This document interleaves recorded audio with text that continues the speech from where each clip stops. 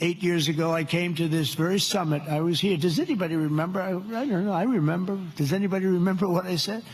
Yeah, there's a few hands up there. It must have been a great speech. 3 people. It's not too many people. But there's no reason to, because you saw whatever I said, I did. And for the first time, I laid out the principle that economic security is national security. Economic security, that's for South Korea, that's for any country. But economic security is, in fact, national security. I made the case that the global trading system was broken and in urgent need of reform, had to be fixed. The system had been exploited by countries that broke the rules at the expense of countries that followed the rules to a T, and asked the nations of APEC to be our partners in making the system fair and more sustainable for all of us, and we all work together, the APEC nations.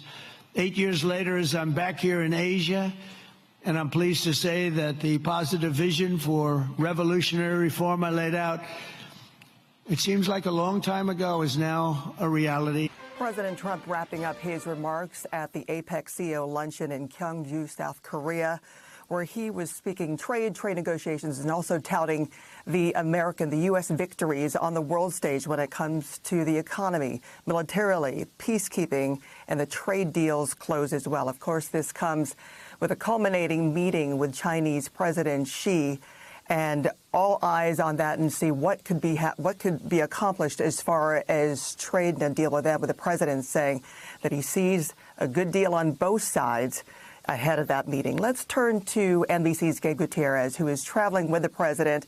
And Gabe, it seems like this is kind of a warm-up to that meeting. He is scheduled for that high-stakes meeting tomorrow with President Xi Jinping. Now, the president has been throughout this trip saying that he's very optimistic that he will be able to reach a deal with Xi Jinping today on Air Force One, speaking to reporters and speaking about the need for China to do more to help curb the amount of fentanyl coming into the U.S. Certainly, a lot of precursor chemicals come from China to Mexico, where the very potent drug is made and then smuggled into the United States. That's something that has been very high on President Trump's agenda really throughout his administration. Now, the president also saying that he wants to speak with President Xi Jinping about China once again buying soybeans from American farmers. That is something that China has refused to do since President Trump started those high tariffs, and the president has threatened an extra 100% tariffs within the past few weeks. Now, during this trip, he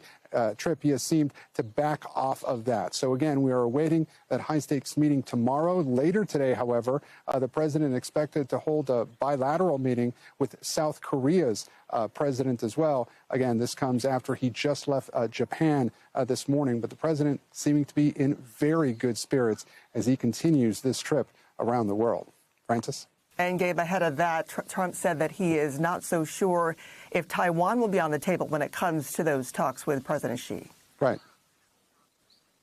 Certainly. And look, of course, that is extremely controversial and a point of friction with China. And the question going into this is, would the U.S. perhaps change its stance on Taiwan at all? It's clear that from the president's comments earlier today, you mentioned aboard Air Force One, he was asked specifically about that. And he said, quote, Taiwan is Taiwan, seeming to downplay any friction between the U.S. and China when it comes to Taiwan. And so it does not appear that will be high on the agenda. Something that will be high on the agenda, however, is trade. As you mentioned, and of course, the world is watching, as you just heard the president say in that address to CEOs here ahead of the APEC summit. The president knows that everyone will be watching his meeting with President Xi tomorrow, and it will be, appears to be focused on tariffs, Francis. Mm-hmm.